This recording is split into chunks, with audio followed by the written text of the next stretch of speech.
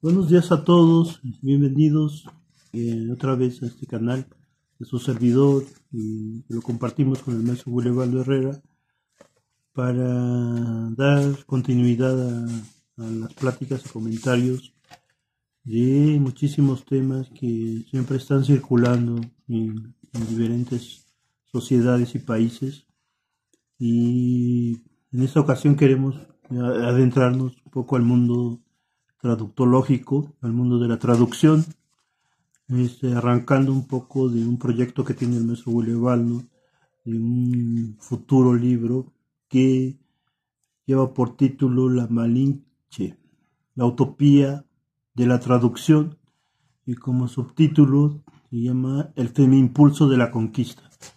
Entonces queremos arrancar un poco sobre este tema y este mundo tan interesante de la traductología o de la traducción. Entonces le damos la palabra al maestro Willibaldo. Pues muchas gracias, Pepe. Como siempre, muchas gracias también a todos ustedes que nos acompañan y nos escuchan en estas transmisiones de, como ustedes saben, de carácter cultural. Bueno, pues Pepe ya les dio aquí una primicia precisamente de un libro, una investigación que he iniciado ya desde hace varios meses sobre la teoría social de la traducción, pues que es un oficio en cierto sentido, y es también una profesión, pues digamos, académica, o que muchos hacen también por puro gusto, ¿no? Traducir un poema que está en una lengua extranjera a una lengua propia, siempre es un proceso muy fascinante, muy atractivo, bastante hasta, yo diría, emocionante.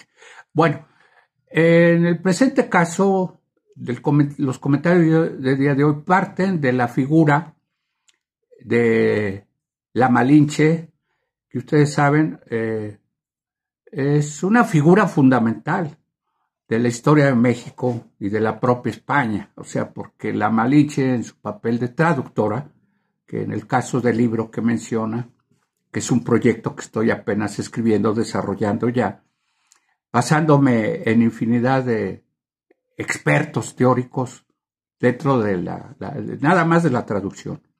Y sí, bueno, desde luego viene el contexto histórico, me refiero al espacio de la conquista española en 1519, cuyo escenario juega un papel fundamental, yo diría que el más fundamental de la conquista. En síntesis diría, para entrar en el tema, que simplemente sin Malinche no hay conquista, no hay coloniaje español, ni mestizaje. Sin la Malinche, en su papel, repito, de traductora, no se hubiera dado un salto en la historia, en el caso de la Malinche, que unió mediante el habla, así conocidas las traductoras en la época indígena, el habla o la lengua. Sin ella, repito, insisto, no hubiera sido posible vislumbrar un futuro y unir dos lejanos continentes. El caso de Europa, España, y el caso de la náhuatl, de la cultura mesoamericana, de la cultura sudamericana, es decir, a partir de las lenguas originarias propias. Entre esa relación intrínseca representada por Malinche, que es la fusión de dos lenguas en una sola, que es la versión, dijéramos, femenina de las características talentosas que tuvo la Malinche para poder mediar como negociadora de una geopolítica entre Moctezuma y Cortés.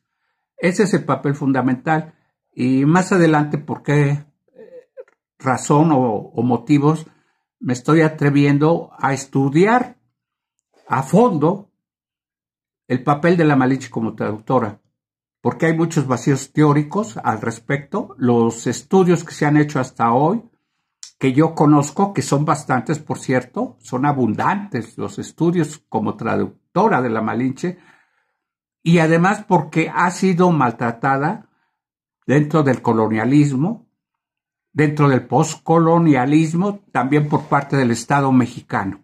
Ha habido racismo, ha habido machismo y por parte de la literatura mexicana. Así que por eso estoy atreviendo a realizar este primer trabajo, este primer abordaje teórico sobre la Malinche, no como la conocen o se conoce por otros lados que vamos a mencionar, o de otras formas, nombrada de otras formas muy arteras, muy abusivas.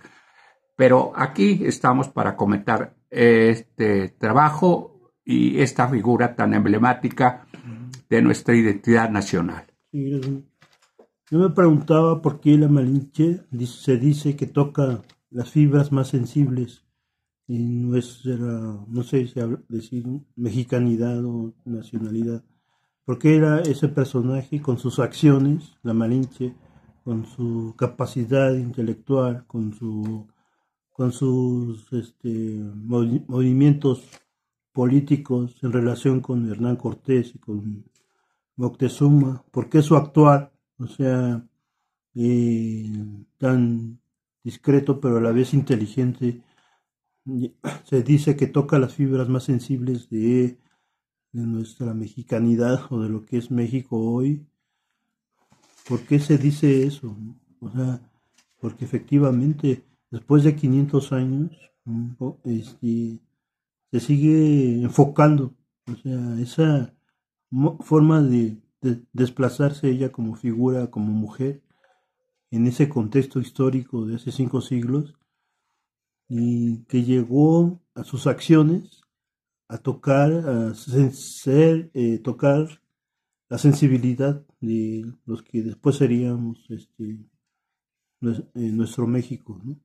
Entonces, porque hasta actualmente se sigue hablando de ese personaje, que se sigue hablando con cierto sentimiento en algunos casos y otro resentimiento, ¿no?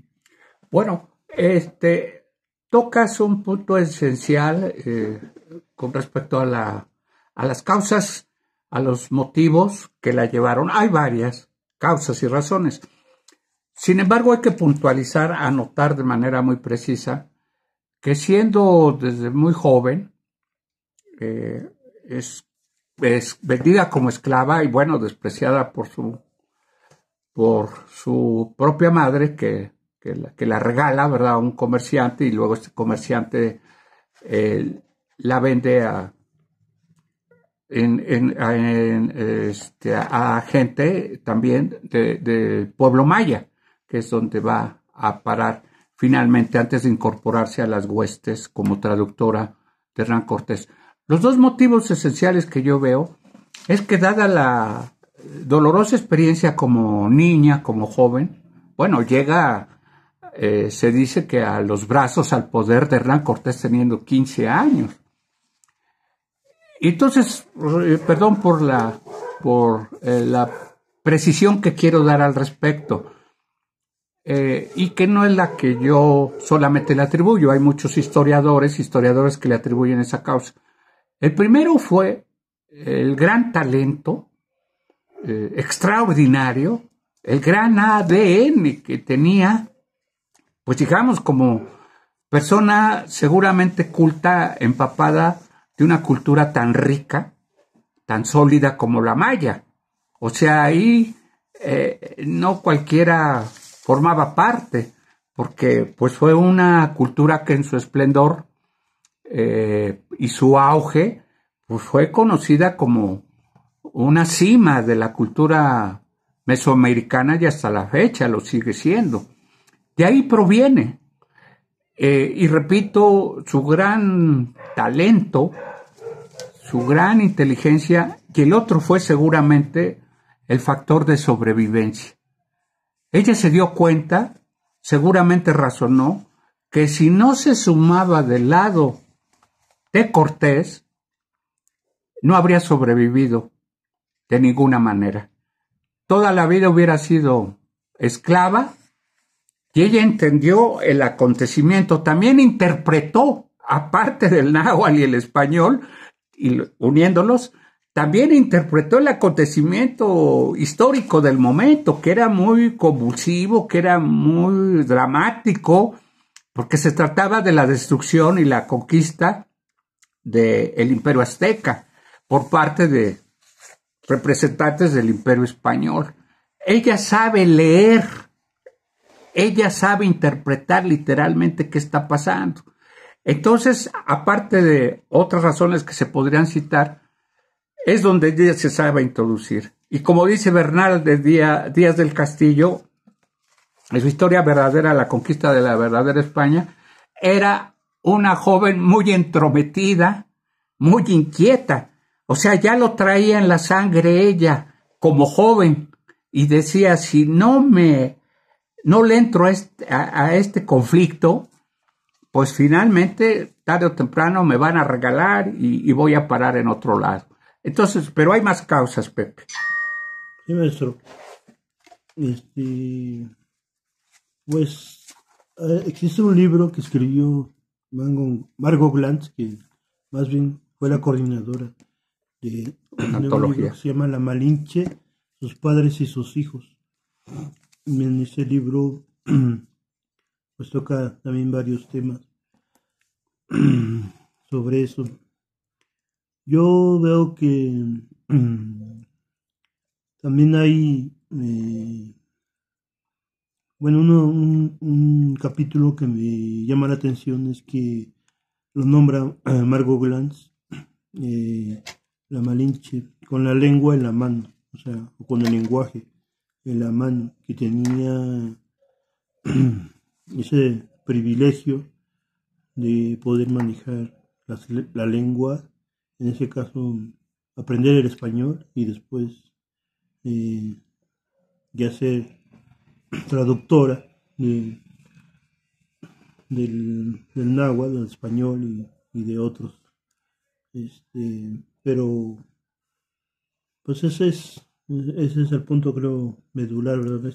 Sí, bueno, en el comentario de hoy es realmente, repito, el enfoque central está sobre el aspecto traductológico, que pudiera ser una, pues digamos, una ciencia o una actividad un tanto abstracta, pero no, porque se refiere a esta teoría de la traducibilidad, del enigma, del misterio, que también hay que aclarar, porque no es tan simple descifrar el papel, en el caso de la Malinche, de una mujer tan apta para interpretar el discurso del poder político entre pues un hombre como Moctezuma, que está tratando de defender hasta con su vida, así pagaría tal defensa heroica, y el otro que está tratando de destruirlo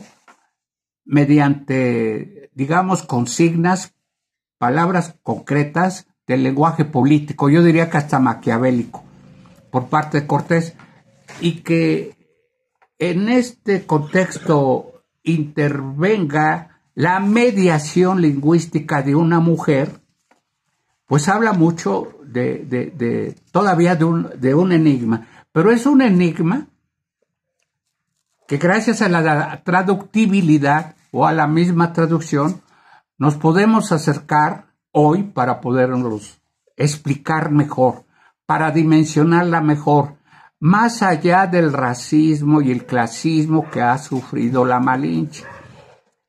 Precisamente a partir del Premio Nobel de Literatura Octavio Paz en El laberinto de la soledad, que en primer lugar le dedica solamente, no sé, 10 páginas, pongan 20, al estudio de la Malinche como traductora. Sin embargo, el mismo Paz, de origen criollo, le dedica a Sor Juana Inés de la Cruz, en Las trampas de la fe, un libro de 736 páginas, un tratado completo, extensísimo, y desde luego muy justo y merecido a esta otra mujer genio, igual que para mí fue la Malinche, un genio realmente, de la historia, de la cultura nuestra. Mas sin embargo, Paz todavía la maltrata desde un punto de vista misógino, porque le llama hija de la chingada, le llama, pues digamos, prostituta o una vil puta, que no se opuso en ningún momento, no tuvo resistencia ante el acoso y la apropiación que hace de su persona como mujer y como traductora Hernán Cortés. Entonces, eso habla mucho de la mistificación, el desplazamiento que ha tenido por 500 siglos casi, porque ya en la actualidad, en el siglo XXI, ya hay muchos estudios, sobre todo de mujeres, porque además todas las versiones sobre la Malinche traductora han sido hechas por hombres, pero hoy ya hay una generación de feministas, de indigenistas, de norteamericanas, de chicanas, que han tratado o han recuperado la figura de la Malinche como la madre de México, pero una mujer digna, valiente, no la que Paz puso en el laberinto de la soledad, y incluso el mismo Carlos Fuentes, que en su libro El espejo mexicano, que es un libro sobre la conquista española, publicado por el Fondo de Cultura Económica, de 300, 400 páginas, nunca cita ni estudia a la Malinche, tampoco Carlos Fuentes, otro gran novelista, ¿verdad? Otro gran ensayista. Pero bueno, aparte de que no cita a la Malinche, también excluye, por cierto, a los tlaxcaltecas. No toma en cuenta el papel protagónico y decisivo de la Malinche, de los tlaxcaltecas, que por cierto fue pintada en los códices por los tlaxcuilos tlaxcaltecas como figura central en medio de Cortés y en medio de Xicoténcatl el Viejo, ¿verdad? En el Códice Florentino. Entonces, bueno, si intelectuales de esa talla, de ese nivel, incluso internacional, como Octavio Paz y como Carlos Fuentes, la omiten o la maltratan, la distorsionan, pues lo justo y lo correcto es que hoy ha llegado una ola de investigadoras, incluso de varias universidades de prestigio de Estados Unidos, que más bien están permitiendo revalorar, recontextualizar eso que yo he llamado, gracias al análisis de ciertos traductores, expertos, como Jacques Derrida, como Paul Ricoeur, como el propio Carlos Marx, que también fue experto en traducción, como Walter Benjamin, como George Steiner, y bueno, una infinidad de autores que me han permitido decir, desde el punto de vista político, esos son mis términos, que la vaginocracia lingüística, el órgano femenino, cracia, kratos, poder, lingüístico, de la Malinche, se opuso, venció, doblegó, hizo codependientes al falocentrismo de Moctezuma y al falocentrismo de Cortés. Casi diría yo, metafóricamente hablando, y lo demuestro en este estudio, los castró.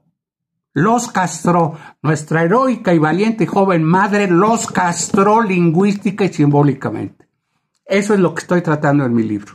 Precisamente, maestro, estos puntos de vista, estos que he encontrado, son los que se deben de difundir, porque pienso que a través de los siglos ya hay discursos ya dados, discursos que a veces es imposible cambiarlos. Entonces, a través de los siglos, a través de que pasa el tiempo, los discursos como tanto se pueden ir consolidando, los discursos ya dados, pero también los discursos pueden ser removidos o cambiados, reconstruidos, ¿no? A través de estas investigaciones presentes que se hacen, ¿no? Sí, es muy importante, Pepe, porque finalmente esta ola de desprestigio, de descrédito de la Malinche como traductora y el papel, yo diría que hasta militar que jugó, y eso también lo estoy desarrollando en mi futuro libro, repito, La Malinche, la utopía de la traducción. ¿Por qué es una utopía? Voluntaria o involuntariamente, lo que hizo la Malinche fue crear un nuevo discurso terciario ante precisamente pues lo que en el fondo conllevaba mucha destrucción. Y además porque a través del tiempo y ubico a la Malinche, al presente, que es lo que me interesa, y el futuro como escritor, como traductor, como investigador. Quitarle toda esa leyenda negra, que es muy injusta y muy infame. Y es que esa leyenda ha continuado.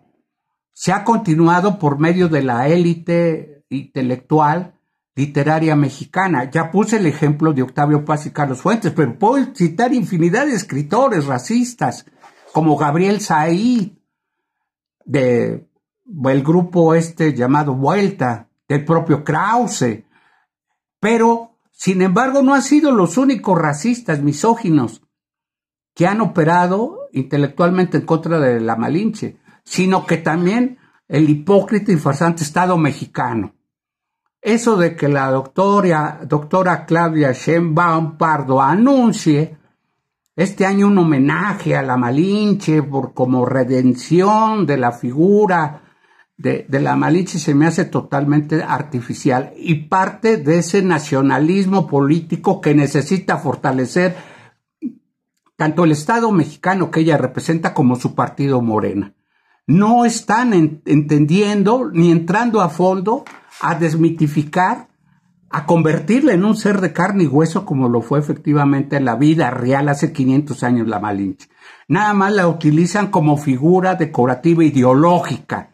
Entonces, esa es mi crítica al Estado mexicano actual y desde luego a toda la élite ilustrada de lo que existe incluso en las academias, en las universidades, en los colegios, en toda una serie. Y sobre todo, hay que darse cuenta que no nada más Cortés la invisibilizó a la Malinche, hizo una versión sesgada mínima de ella, sin darle ningún crédito en la cuarta carta de relación que le envió a Carlos V.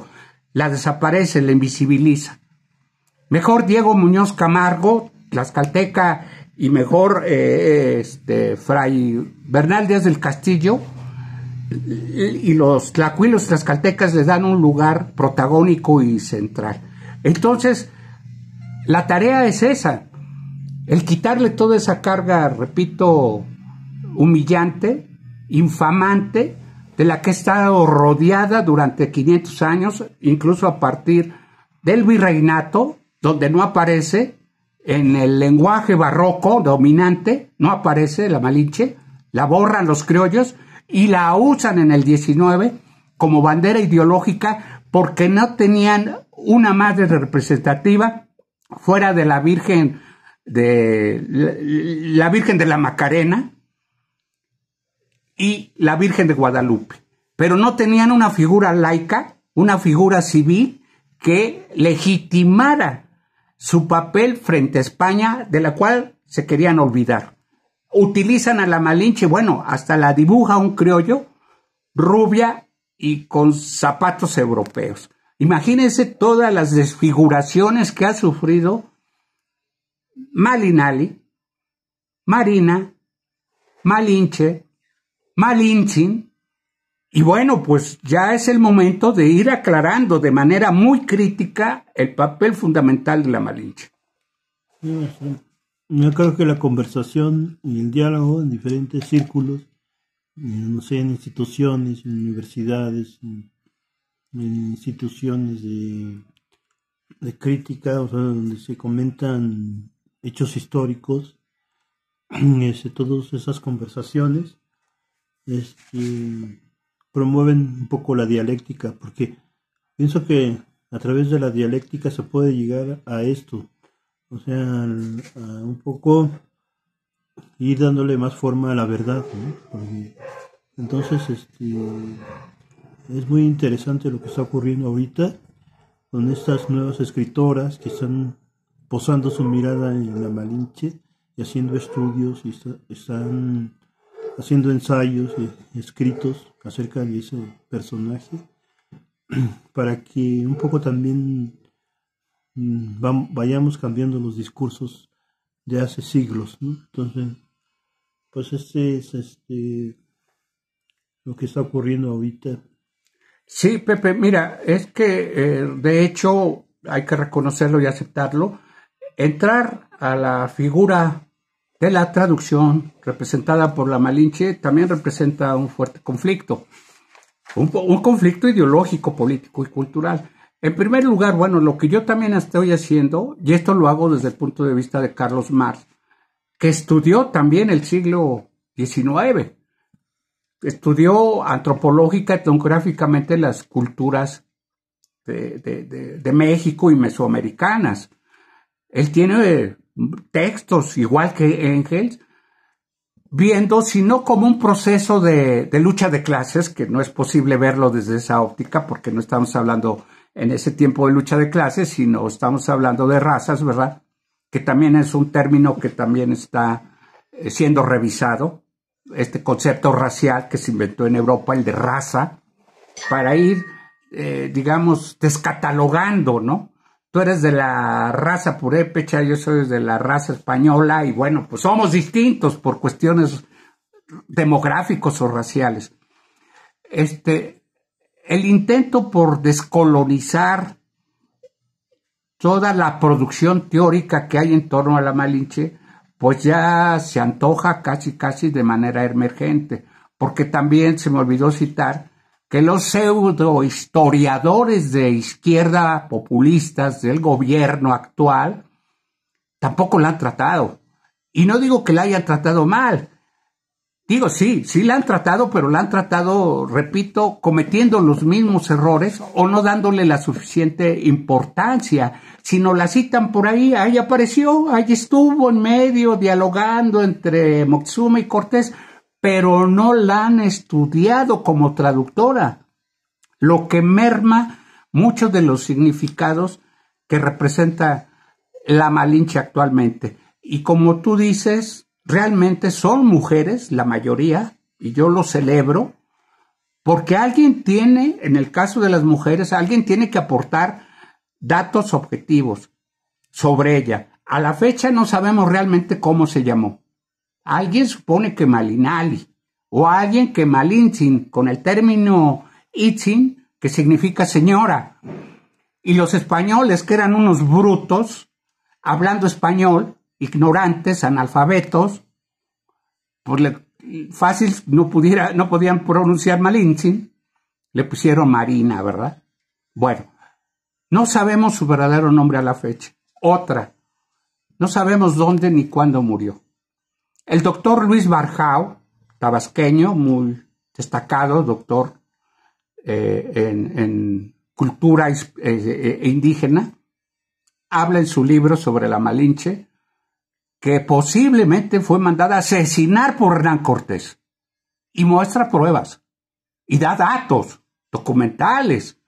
O sea, que la Madre de México no tan solo ha sido calificada por nuestros intelectuales de élite como puta, sino que también fue asesinada, y que está el misterio de su nombre real. ¿Qué hacemos ante una figura tan enorme, tan grandiosa?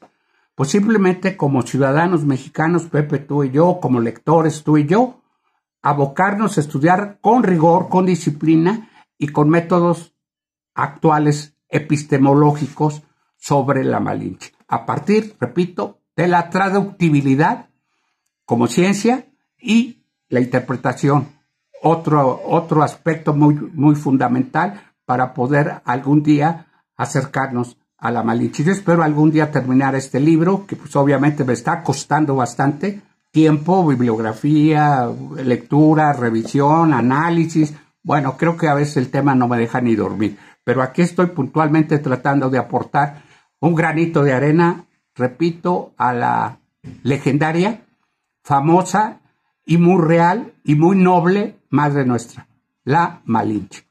A lo mejor si acercamos la mirada un poco más de forma microscópica a lo que son los cambios del discurso, podemos también mencionar que a lo mejor se trata de codificar o descodificar, porque volver a codificar o descodificar algunos elementos del pasado que ya están contribuyendo muchos ensayistas y escritores a eso, a volver a codificar esa información del pasado para volverla a hacerla nueva, ¿no? O sea, nueva en el sentido de nuevos elementos y nuevas interpretaciones acerca de la Malinche o la Malinal. Sí, repito, el caso de la Malinche es yo supongo, quiero creer de manera hipotética que es un conflicto muy fuerte, a partir de que se le pueda estudiar desde diferentes ángulos y diferentes perspectivas de traductibilidad. Es el caso de William Shakespeare, que hasta la fecha, un solo soneto de él, escribió cientos de sonetos hermosísimos, ¿verdad? Está considerado el canon de la literatura occidental. El soneto 60, hay 16 versiones o traducciones a 16 diferentes idiomas y hasta hoy, más o menos un traductor, creo que español, es el que ha podido acercarse a ese soneto que habla del tiempo, de cómo, pues, en la infancia llegamos en una época específica del tiempo y cómo al mismo tiempo va complotando, nos va destruyendo conforme vamos creciendo, somos adultos y bueno, agonizamos. El mismo tiempo que da lugar a nuestro nacimiento nos mata, según Shakespeare. Pero son unos versos, es un pentámetro yámbico que fue traducido al decasílabo italiano y bueno, a la lengua inglesa actual. Borges creo que hizo también una de las mejores traducciones de Shakespeare. Pero a Shakespeare no lo han podido. Un solo soneto, Pepe, de 4 estrofas, no lo han podido todavía. La lengua española no ha podido acercarse a la belleza intrínseca, fabulosa, universal, de la poesía amorosa o sobre el tiempo de William Shakespeare. Imagínate a qué se enfrenta uno. Entonces, pues vamos a seguir trabajando en ese sentido, Pepe. Pues vamos a dar por terminado este video y pues les agradecemos mucho su atención. Gracias y muy buenos días.